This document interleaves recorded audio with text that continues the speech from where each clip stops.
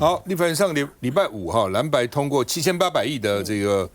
军购特别预算啊。那民进党原来是1兆2500亿，删掉4700亿，不止删掉，就要排在年度预算。你有必要排到年度预算嘛？啊，那结果呢？行政院说现在不排除提第二次军购，所以呢，这个徐宇珍委员就说啊，预算都还没有执行，又要提新的条例，真是像土匪一样哦。另外到底有还是没有？民进党团如果有，他也搞不清有没有，在补破网啊。那另外呢，这个好，因为立法院现在在野的在提案要弹劾赖清德总统，所以呢，在野党19号要投票，最近就已经2次了啊。这个要总统来回答，对，你说不应该弹劾我，我多么伟大，丰功伟业，对，你们还弹劾我？但是呢，立法院邀请总统来，被总统府已读不回，根本不来啊，2次都不来。所以呢，蓝白立委就说这是民选皇帝啊，说你们是府院联手搞新3部啊，叫做不附属、不公布、不执行。因为行政院现在就是立法院的案子，这个总统的要照理讲，中央案子要行政院长附属，他不附属，然后呢也不公布，然后呢立法院3度通过也不执行，哦，这叫新3部。所以很多立委现在觉得说干得很泄气哦，弄了半天3读通过案子，你根本不做，对啊，哦，你根本不去执行哈。那另外呢，黄国昌是叫藐视宪法、回避民意、逃避民意啊。那另外呢，民进党说我们不你们这儿戏，我们不奉陪啊，好吧？这个联合报的评论是说，赖总统不去弹劾，到底是不是权利？那但是呢，不回函立院，哦，是对全民的傲慢，就是说，你照理讲你。立法院给你喊，你要回啊！对，因为总统有这个事，国务繁忙哦，川普要去访大陆，我们总统每天在总统府盯着川普到底干嘛，所以我不能去。你总有个理由嘛，回都不回，你是不是很傲慢吗？我们看一下，很遗憾的，赖清德总统没有到场，民进党的党团集体的缺席。他的理由是什么？他的理由就是说啊，你都没过。你要不2/3一点没过，一场闹剧。国会是少数，赖清德总统不谦卑，不向人民低头，不向人民来妥协。来嘉宇。这个弹劾当然是一定不会过，只是蓝白当然就是要给赖总统难看。那其实对赖总统来讲，也是多次释出善意啊，不管是希望能够去做国情报告，或者是之前能够把国家的状况能够去跟蓝白的立委去说明，但是也都遭到了拒绝哦。那我觉得对于赖总统来讲，当然当务之急就是如何能够守住台湾嘛，包括刚刚所讲的军购的议题，也是现在对台湾来讲大家最重视的。那如果说连川习会这个议题都变成一个大家现在在关注的议题的话，那代表说蓝白过去以来所谓的党军购反台独这样子的一个说法，或是这样子的一个概念，是不是就跟老共是如出一辙的？那如果这个东西是一样的话，那当然对台湾来讲，我们最担心的就是在台湾里面大家不团结，然后还有人在跟中共隔空唱和，尤其是这一次的军购预算，从一开始国民党的3800亿到现在所通过7800亿，跟原本大家所预想的，不管是1.25兆，或者是我们实际上所需求的这个军购的实际状况，是有蛮大的一段落差。所以当这个国民党所通过这个军购预算跟实际有这么大的落差的时候，这后面所隐含的意义，包括就是说，第一方面美国怎么解读台湾是不是本身对于这个军购或对国防自主的这个意愿，其实内部有不同的意见，或者是有矛盾。那甚至大家所期待的台湾在国防自主的能力，尤其是我们是不是能够真的发展所谓的军工产业链、无人机等等的这些技术，在台湾有这样自给自足的能力，而不用仰赖美国军购，这个也是这一次军购预算里面非常重要的一块。可是这一块现在也被拿掉了，这个也是大家所担心的。所以我觉得蓝白应该要聚焦的是在台湾的自我防卫、国防自主的这一块能力，而不是还在回到过去的一个蓝绿对立，或者是去煽动仇恨、去做弹劾，这些都不是民众所想要看到的。好，那么要弹劾总统不容易了啊，他需要1/2的立法委员提议，然后呢，在立法院要通过2/3立委同意，才可以。那现在这个在野党不到2/3嘛，所以是知其不可为而为之。哦，这是给你赖清德教训，甚至给你难看，在历史上留下。我虽然没有弹劾通过，但是呢，我就弹劾。就像美国最近这个参众院在表决对川普是不是应该停止对这个伊朗的战争？已经好几次都没过，但是呢，民主党议员就不断的提，那是在历史上留个记录。那就算立法院2/3通过都还不够，还要到大法官宪法法庭2/3的大法官同意才可以。那怎么可能？就算立法院通过了，大法官是谁任命的他会2/3通过吗？也不可能啊。好吧，这个于轩怎么看？我们可能要回过头来去讨论说，为什么我们要弹劾赖清德，也就是我们刚刚讲的嘛。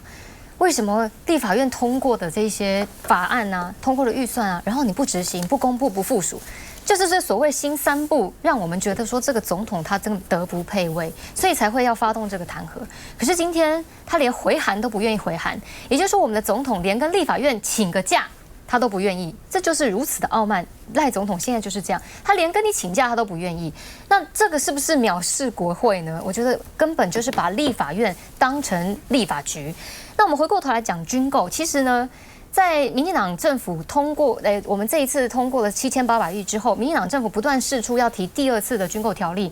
里面一直在提到的这个无人机，这当中到底有多少的猫腻？我觉得这才是我们必须要去了解的。其实，在无人机的预算里面啊。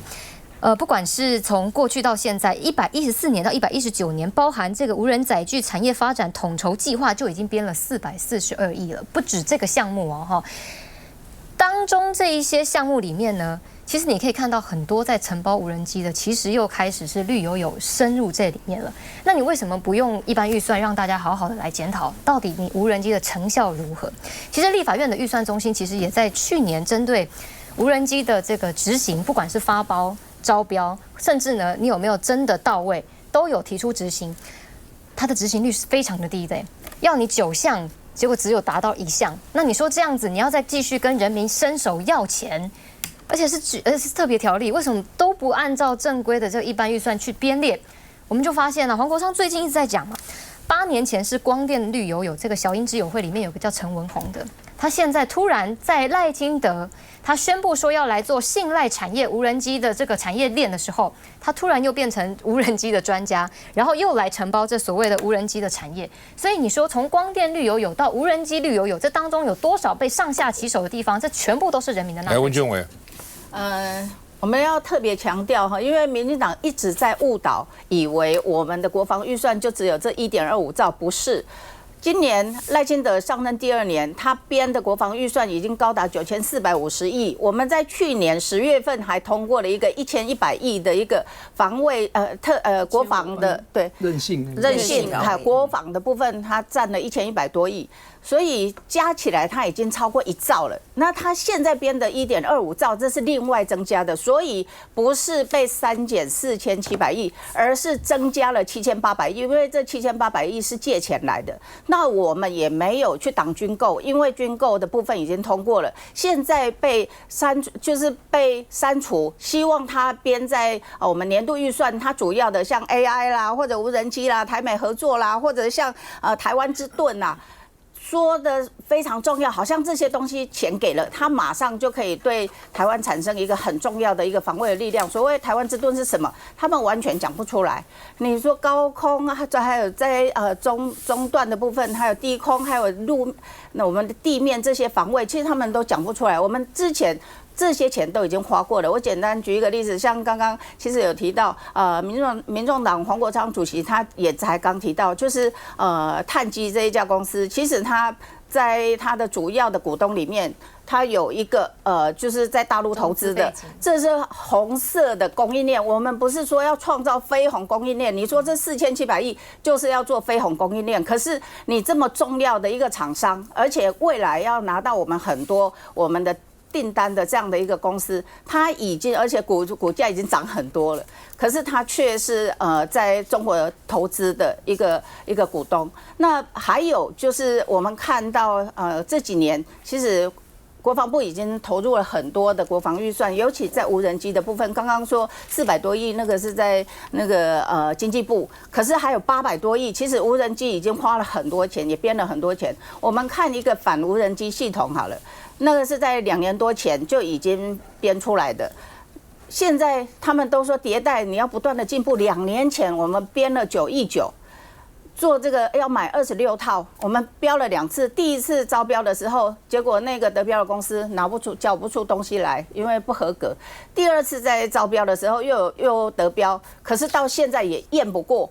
现在我们发现一个问题，就是我们都是先给钱，你不是去买合格或者成熟的产品，而是你给了以后，然后再让他交出那个东西，那东西你验了不过，然后一拖2年，这没有空窗吗？我们这个是9亿9，那还有后来我们每年在今年的预算里面也会有很多，所以我们希望不要去扭曲，它已经占了我们国防预算从马英九时期的3000亿到现在暴增到2兆，这是非常多的一个增幅，所以我们希望他好好的做，因为连弹药的原料超过3年都还没来，你告诉我们说你要做什么样的产线？他这一次在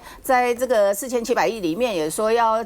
增设这个产线14条，那你弹药的原料拖了3年，韩国都拿不到，那你连原料都拿不到，你要产线要做什么用？所以我们现在还是希望，就整个国防的部分，应该好好的去检视，那应该要负责任的，去把我们已经付钱的这些武器装备，或者我们已经采买的，应该要把它好好的拿回来，这才是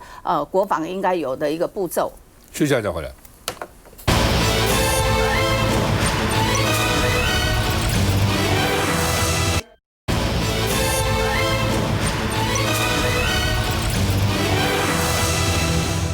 好 ，ET Today 的这个民调啊，5月1号到5月4号做的，那1142份有些样本，李四川42.5支持度，苏巧慧41.7，很接近了啊，差距很接近啊。之前啊，每日电子报民调是只赢1%，后来呢，蓝白在做提名的时候，黄国昌跟这个李四川做提名，那个时候赢的比较多啊，但是现在呢？整合以后，照理讲，整合应该拉距更大才对啊。结果呢，没想到拉近了哈。那我们看对政党的支持度，国民党支持度16.1%，民众党支持度10.5%，两个加起来，蓝白加起来26.6%，民进党一个党27.7%。哦，所以民进党一个党等于国民党加上民众党。那如果国民党光跟民进党比，少了将近10%哦。那另外呢，不过这边还有哦，支持泛绿的有4.3%，支持泛蓝的有7.4%哦。所以这是他不讲是哪个党，他只说哦蓝的啊绿的啊这样哈。那另外呢，现在有15%未表态，说是制胜关键，这也是乱讲了哈。投票率从来没有100%的，他就有些人不投嘛。哦，投票率像选新北市长能够有80%投票率，有75%投票率，就是很高很高了哦。70%就非常高了哈。所以说你不能说这两个加起来84%，然后呢15%没表态是决胜会，这15%。很可能根本不去投票啊。那另外呢，这个因为领先李四川不到1%了，那到底苏巧慧为什么突然会接近呢？是说在中壮年30到39岁领先26.6%，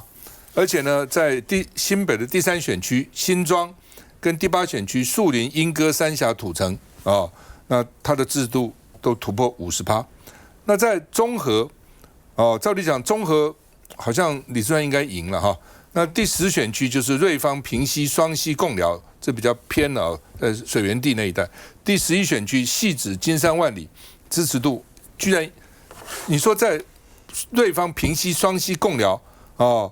这个汐止、金山、万里领先李四川，我觉得还好，在中和也领先李四川哦，因为我在台北县选过哦，那个时候是29个乡镇市啊，我通通跑遍了啊。中和照理讲。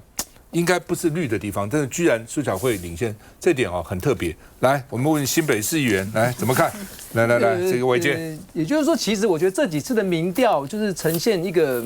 就比较紧绷的一个状态啦。除了就是说蓝白的这个内部的这个民调以外。好像其实这次几次的这个公布的民调，确实都好像感觉川博没有想象中赢得这么多。但我当然觉得说，因为今天这个ET 的民调，我有特别去了解一下。就第一个，他这个是用发简讯去询问的，那也要民众主动再回简讯回答，就跟一般的民调不一样了。不是一般的传统民调啊，所以呢有这样的一个误差。所以我觉得，因为这样的民调方式本来就跟传统不一样，所以可能会比较愿意回简讯，应该是对政治比较有热衷、狂热的这样的一个民众，他才会特别回这个一个简讯啊。所以我觉得这个第一个误差就已经存在了。但第二个误差就是刚刚赵大哥在这个板子上所提到，就是说，你说这国民党的制度只有16%，民众党只有10%，然后民进党有27%多，你说国民党加民众党居然比民进党还小，这个我个人也是比较存疑的啦。所以我会觉得说，当然这几次的民调给我们一个很大的警讯，就是说，过去一直以来川博的支持度好像感觉都是赢苏巧慧10几%，但是最近好像感觉拉近了。那我觉得拉近的好处是，让蓝营的支持者开始紧绷神经，必须要赶快强烈的表态跟拉票，这是第一个。第二个呢，我觉得说真的，我们必须佩服苏巧慧，因为说真的，在我上个礼拜有几个行程是这个。这个民意代表接送车的接车的行程，民意代表现在很累。对苏巧慧居然出现了，去郊游啊，什么旅行，你们都得接送。对，接送车，我到了这样的一个接车的，一大早就要去啊。对，300多人的场合，就苏巧慧居然来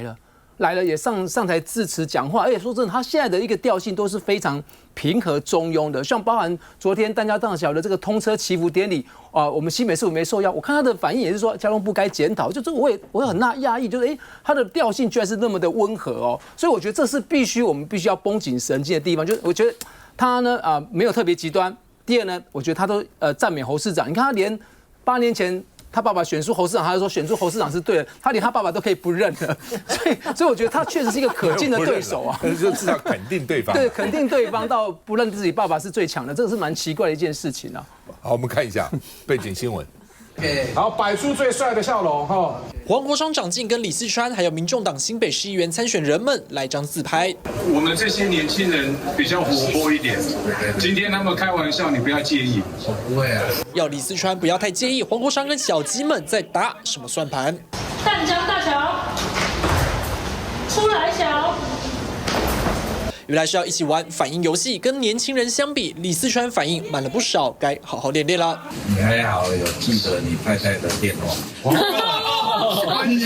你不记得夫人的电话？因为现在很多人的状况都写个太太，反正点了它就跑出来。合拍形象照短片未来也规划上架合理看板，蓝白合互相拉抬选情，但根据最新民调，李四川支持度42.5，依旧领先苏巧慧，但两人差距从1.5缩小到0.8，已在误差范围。而苏巧慧的年轻人支持度，尤其在30到39岁，更是碾压李四川。在新北市支持蓝白政党的民众，还略输民进党1.1%，警讯浮现。怎么看蓝白合的民调反而更低？但在摄影棚活力满满的李四川，面对提问没有回答，黄国昌来代打。我想任何的民调都当参考了，懂的人就是看门道，不是看热闹。年轻人支持度大输苏巧慧，就看民众党的活力能不能帮李四川更贴近年轻世代。好，黄国昌说，懂的人民调是看门道，不懂的人看热闹。来，真。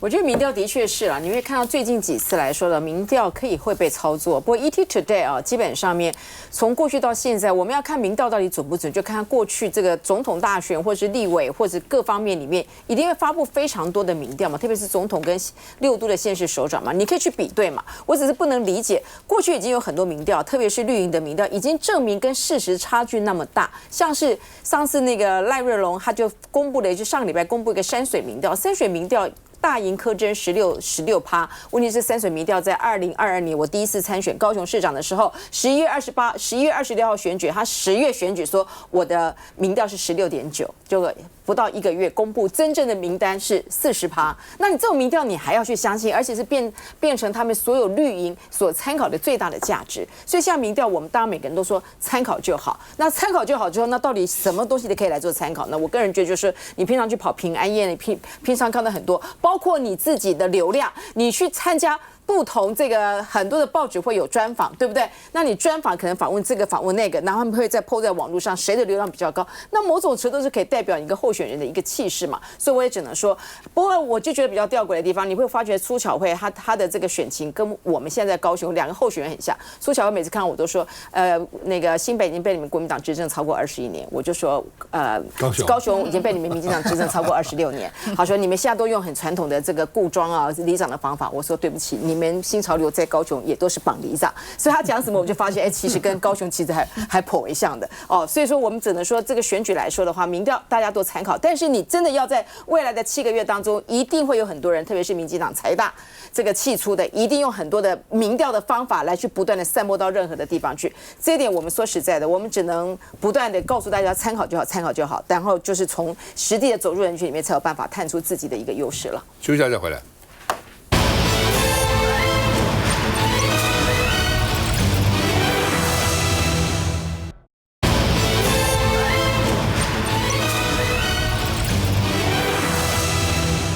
沈波阳，这是谁？认得吗？看不出来，完全不一样，完全不一样。所以这个头发对一个人蛮重要的。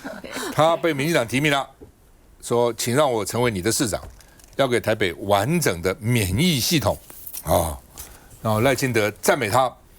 说他有深度、有广度、有温度，只有3度空间啊。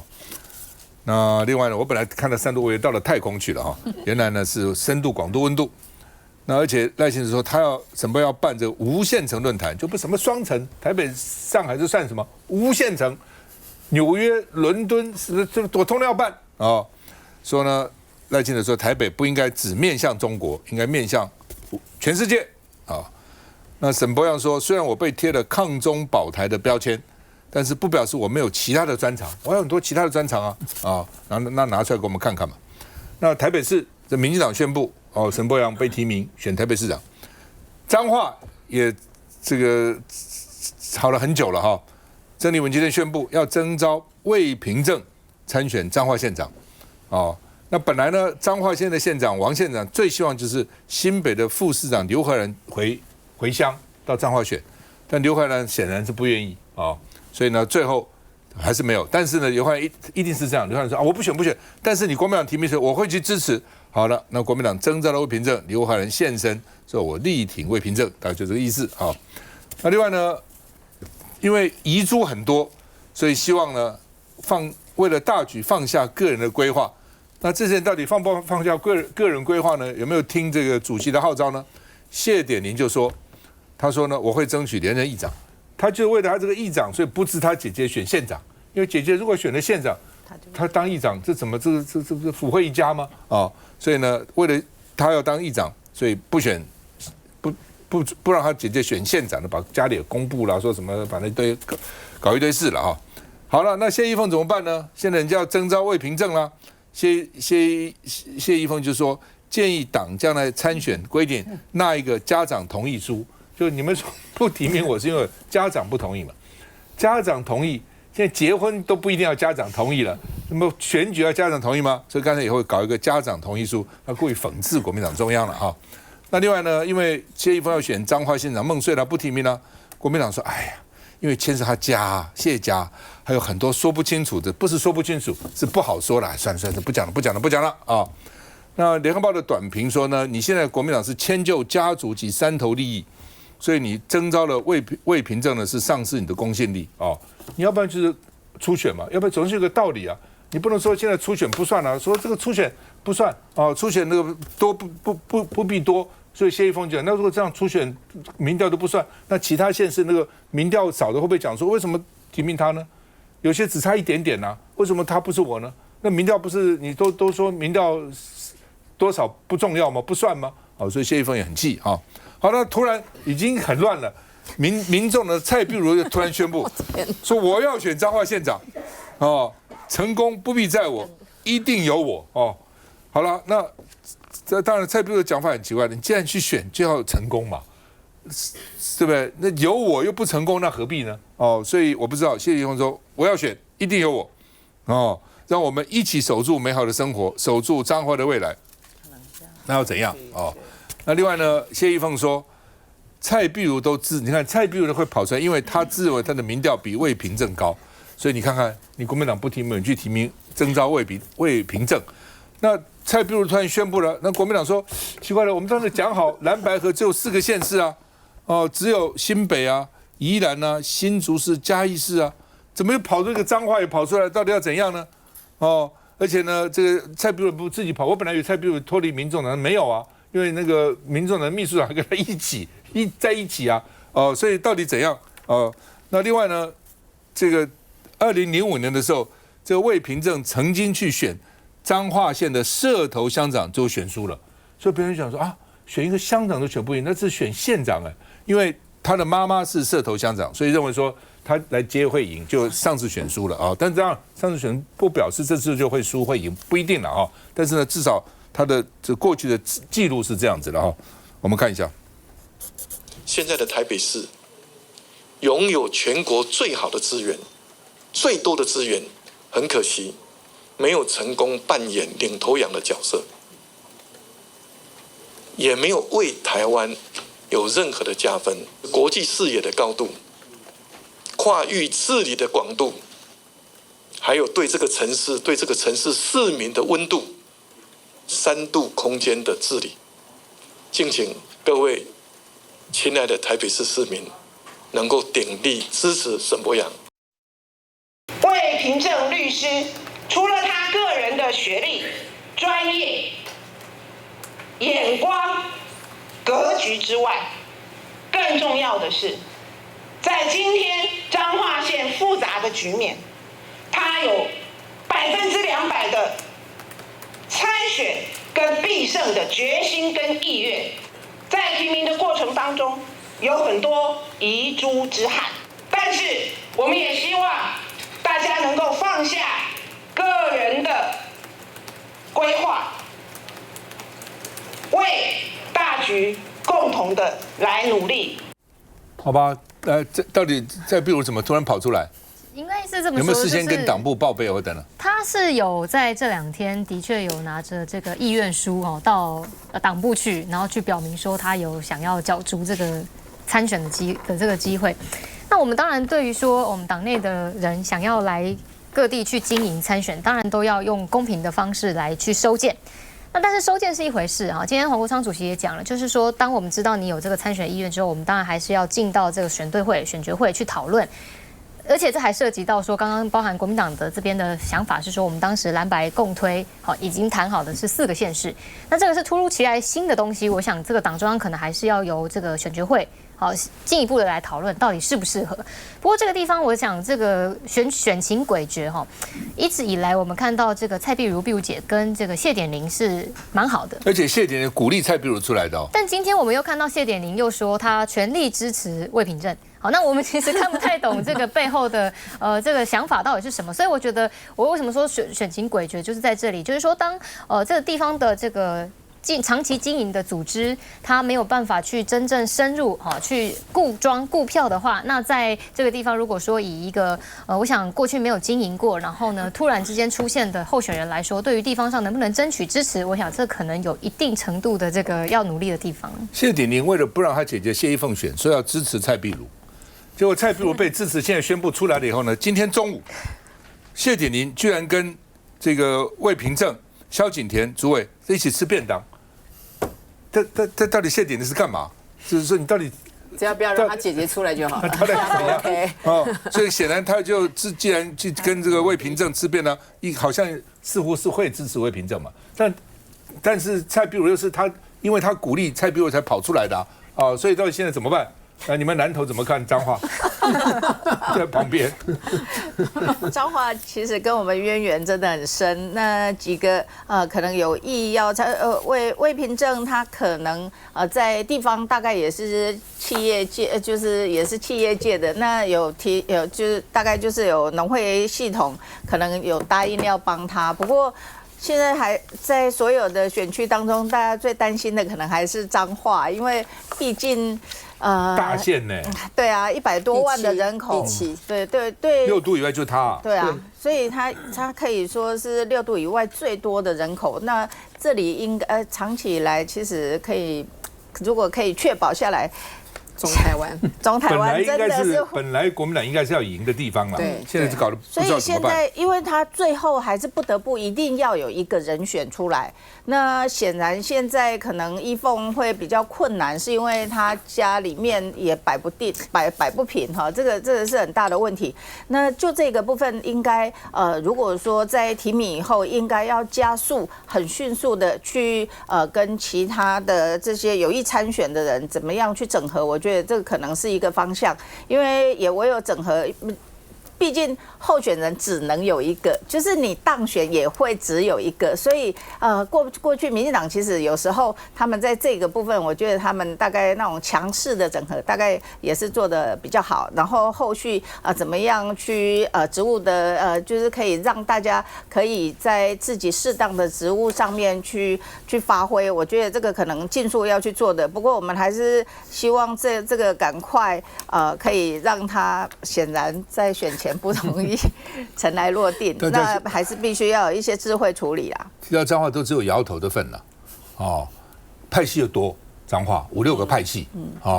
然后呢，这个谢依凤她父母想的，从她父母角度看，可能有她的想法。我干嘛你要选县长？选县长你弟就不能当议长了？你就好好干立委不是很好吗？你弟弟干议长，立委我们家2个啊，对吧？你如果选了这个县长，搞不好他议员都很难选啊，那就变成你一个啊。所以呢，又儿子啊，又宝贝啊，所以他父母一定觉得说，那你干嘛呢？对不对？加上大伯听说是很重要的财务支持者，大伯也有意见，有不同的意见呢、那这种情况怎么办？而且还有现在的县长王县长很强势，王县长做得很好，他要刘和然出来，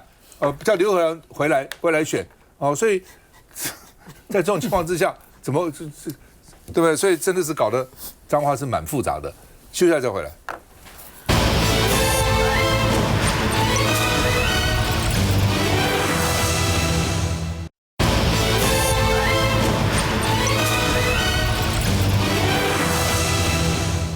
检方质疑郑文灿，那今天开庭，那郑文灿就说呢，检方因为求功心切，所以呢断章取义，证据呢抓了一点，就说他贪污，意思我没有，意思是这样子，所以呢是以臆测取代证据，是罗织他的文字狱，所以郑文灿呢这个含冤那出庭火力全开，说我没有收红包，我是受害者。那另外呢，检方就猛攻郑文灿，说呢，你500万的这汇款放在你的官邸11个月才退，你怎么可能？第一个，你没看到500万吗？还是你钱太多，500万根本不算个钱？不，他有各种揣测嘛？还是你真的都不知道？还是要看到底风向怎样？所以呢，检方就攻郑文灿说这不是这件是什么？那是什么？对不对？借钱应该还啊，对不对？那到底什么？如果是不小心放了，不小心也退啊，那就是给你的钱啊，什么不是政治现金？好，那现在这个郑文灿麻烦，人家拿了这个袋子，就说这个袋就是当时装钱的袋子，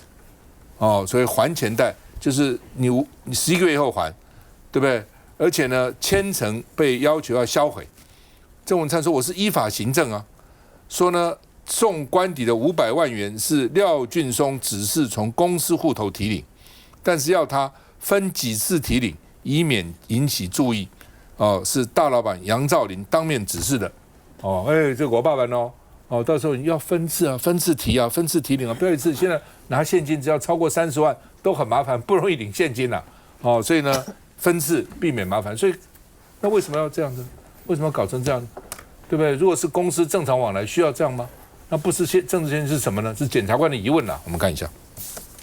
前桃园市长郑文灿穿着深色的衣裤走下车，到桃园地方法院为涉贪污案件2次开庭。这次开庭找来已经转为5点证人的廖立庭，一到法院马上先到法警室，他因故晚到1个小时。不过手上拿着的黑色包包是从未曝光过的，声称是郑文灿用来装退回600万证据现金的手提袋。廖立庭当庭亮出这个黑色附拉杆的手提袋，证称这就是当初装着郑文灿退回的600万，他对包包印象深刻。不过另外一个用来装500万元现金的包包已经丢弃。上次开庭之后，他特地回家把包包找出来，证明他的记忆没有因为服用药物而混乱。审判长才是当庭扣押包包。桃园地院12号2度开庭，院方传唤关键证人廖丽婷、杨兆麟接受简便诘问。不过郑文灿在最后意见补充时强调，自己是全案最大的受害者。至于检方截取的片段，认定有罪是文字狱。全案将于19号第3次开庭，也会传唤另外一位关键证人廖俊松出庭。随着证人接连现身，又会翻出哪些不为人知的内幕吗？那嘉宇。这件案子当然是也一阵子了，我们媒体有不同的报道，包括说录音的证据是不是有被变造啊，或者是这个过程中这个证人或者是廖丽婷相关父子他们的证言也一直在改包括他最近又改口说他当时是因为吃药，所以这个记忆力没有那么清楚啊，所以记得不是这么详细等等，所以这整个过程我觉得在法院的攻防里面，当然检方跟这个郑文灿的供词都是会有不一样的立场嘛。不一样的态度，那我觉得一切就交由司法去厘清。那当然，我觉得我们的态度就是勿枉勿重。如果真的这件事情是收贿的，那就是会严惩。但是如果是政治现金，那也是依照相关的法令。所以对郑文灿来讲，当然他要力证他的清白，只是说现在法院都还在这个审理当中要等到确定之后，大家才会比较清楚事情的真相是什么。那以轩。我觉得这个500万如果要说成是政治现金的话，那真的是非常的荒谬又可笑。对比柯文哲案子他的210万的政治现金是真的是扎扎实实的捐到了这个户头里面，而且呢是有申报给监察院的。那如果按照这样子的道理的话，那这500万的钱有没有申报到这个监察院，这才是重点吧？如果你这500万都有依法申报，好，那我们相信你是政治现金。可是你的500万是放在家里。那个钱就在那边11个月，然后你跟我们说你没有看到，你不知道，后来你还把这个钱退回去，所以这代表说呢，在这个整个攻防上面，我想这个不管是证人也好，污点证人也好，或者是郑文灿也好，他们看起来都有跟着时事来在讨论这些他们的攻防，但是呢，终究会让大家看得清楚的是。你在这个过程当中到底有没有收贿？你的这个证据出来，其实要一分证据说一分话哈。那我觉得这一次在这个郑文灿的案子里面，他的判决结果恐怕会被拿来跟柯文哲的案子来做比较。到底这500万到底是不是政治现金？检方的认定又是什么？在台北地方法院对于210万，他都已经可以认定为是汇款是钱金了。那在这个500万，你要把它解释成是政治现金，那我恐怕我觉得这一个官司还有可能要再打下去。检察官的。这个攻击的理由是这样：第一个，时间高度巧合。桃园市政府2017年9月7号做出有利于业者的这个结论以后呢，7天以后，业者9月14号晚上把500万送到他的官邸，时间太接近了。另外呢，交付地点很奇怪，如果是政治现金，应该在公开活动啊、募款参会等政治场合进行，深夜把现金送到市长官邸。而且呢，是用黑色提袋这个装这个钱，跟一般政治现金好像不太一样。干嘛深夜去送，偷偷摸摸的？第三个，延迟退款，收到500万以后呢，没有第一时间退，所以这钱我不该收放了11个月返还现金所以很奇怪，这跟一般的政治现金也不太一样，处理的方式、包装方式改变，500万元退还时的包装方式跟最初付款时候不一致。所以表示呢，假如说你是同一个袋子人家送了钱，我不知道那是什么放那边，后来发觉是还你，他不是啊，你进来的跟退的是不一样的，包装的方式然后呢都不一样，所以呢推断这个袋子呢送钱的曾经被打开被动用，而且呢这个装的就是现金包装不同换句话说呢是被用过的只是那个钞票那个编号当时没记起来，表示现在的钱跟当时收的钱是不一样的钱，包装也不同，什么都不一样。否则的话，你说一打开看不对，这钱我不该收就退了嘛。所以检察官认为这是有问题的变成这样。南轩。我是觉得这个郑文灿他可能跟我们刚刚讲说，他确实他跟这个柯文哲都算是当前就是做到非常的高这个他一度是民进党的太子嘛所以呢是非常受到关注的。但我觉得他跟柯文哲非常不一样的地方在于说，我们已经那么多年下来，很少看到一个案子，我觉得相对来说够清楚，有污点证人，有物证，有通联。然后包括说连那个影像，就是晚上送钱有影像。今天那个袋子还在哪里？对，袋子还在那个地方。而且刚刚赵先生讲到说，那个进去的时候是那个地方，显然拆过包装再回来。因为那时候为什么再回来？因为那个时候开始有消息出来，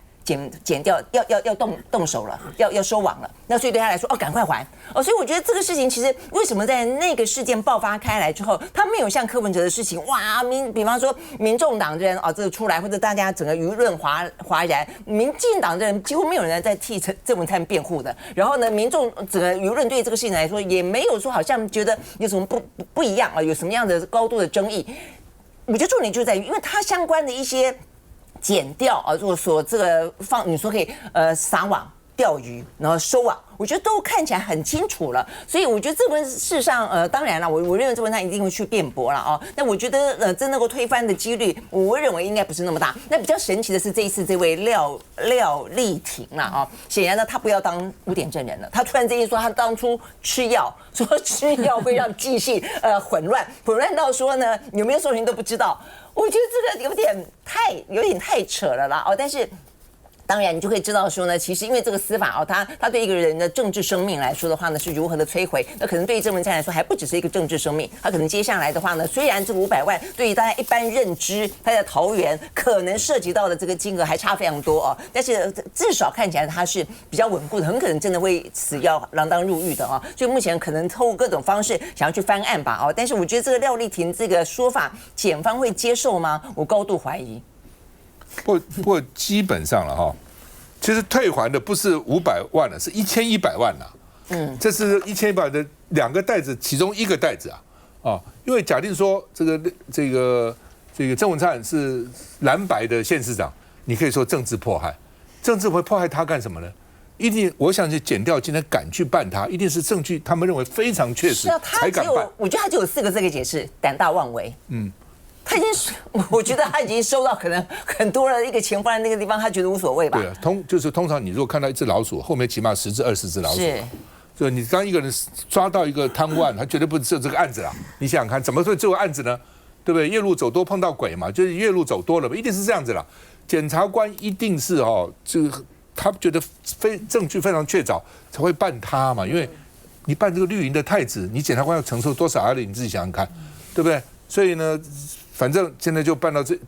这个地步，就看看检察官到时候能不能一刀毙命了，变成这样了。那也的确是了，就像宜轩所提到，大家会把他的案子跟这个柯文哲案子，虽然所谓的性质不一样，但是他们在这个司法上被对待的方法，那以郑文灿来说，这当然是罪证确凿以他过去所作所为，我上次就开玩笑讲，桃园的立委每个人听到郑文灿被收押，大家讲说是哪个案子，后来几个人都在一起讲的案子都不一样，就表示每个案子可能大家都会有一些影射这绝对不会是政治陷阱，因为可是一直要把它引导到政治陷阱，因为政治陷阱没有刑罚嘛，对不对？你只是说申报不实，你的范围一定非常小。我是说，为什么跟柯文哲做个比对？他即使是罪证确凿，然后呢，其实有很多的空间还可以立。柯文哲是被关在里面11个月，郑文灿在外面拍照各位，这光是这一点还是不公平啦。这个光是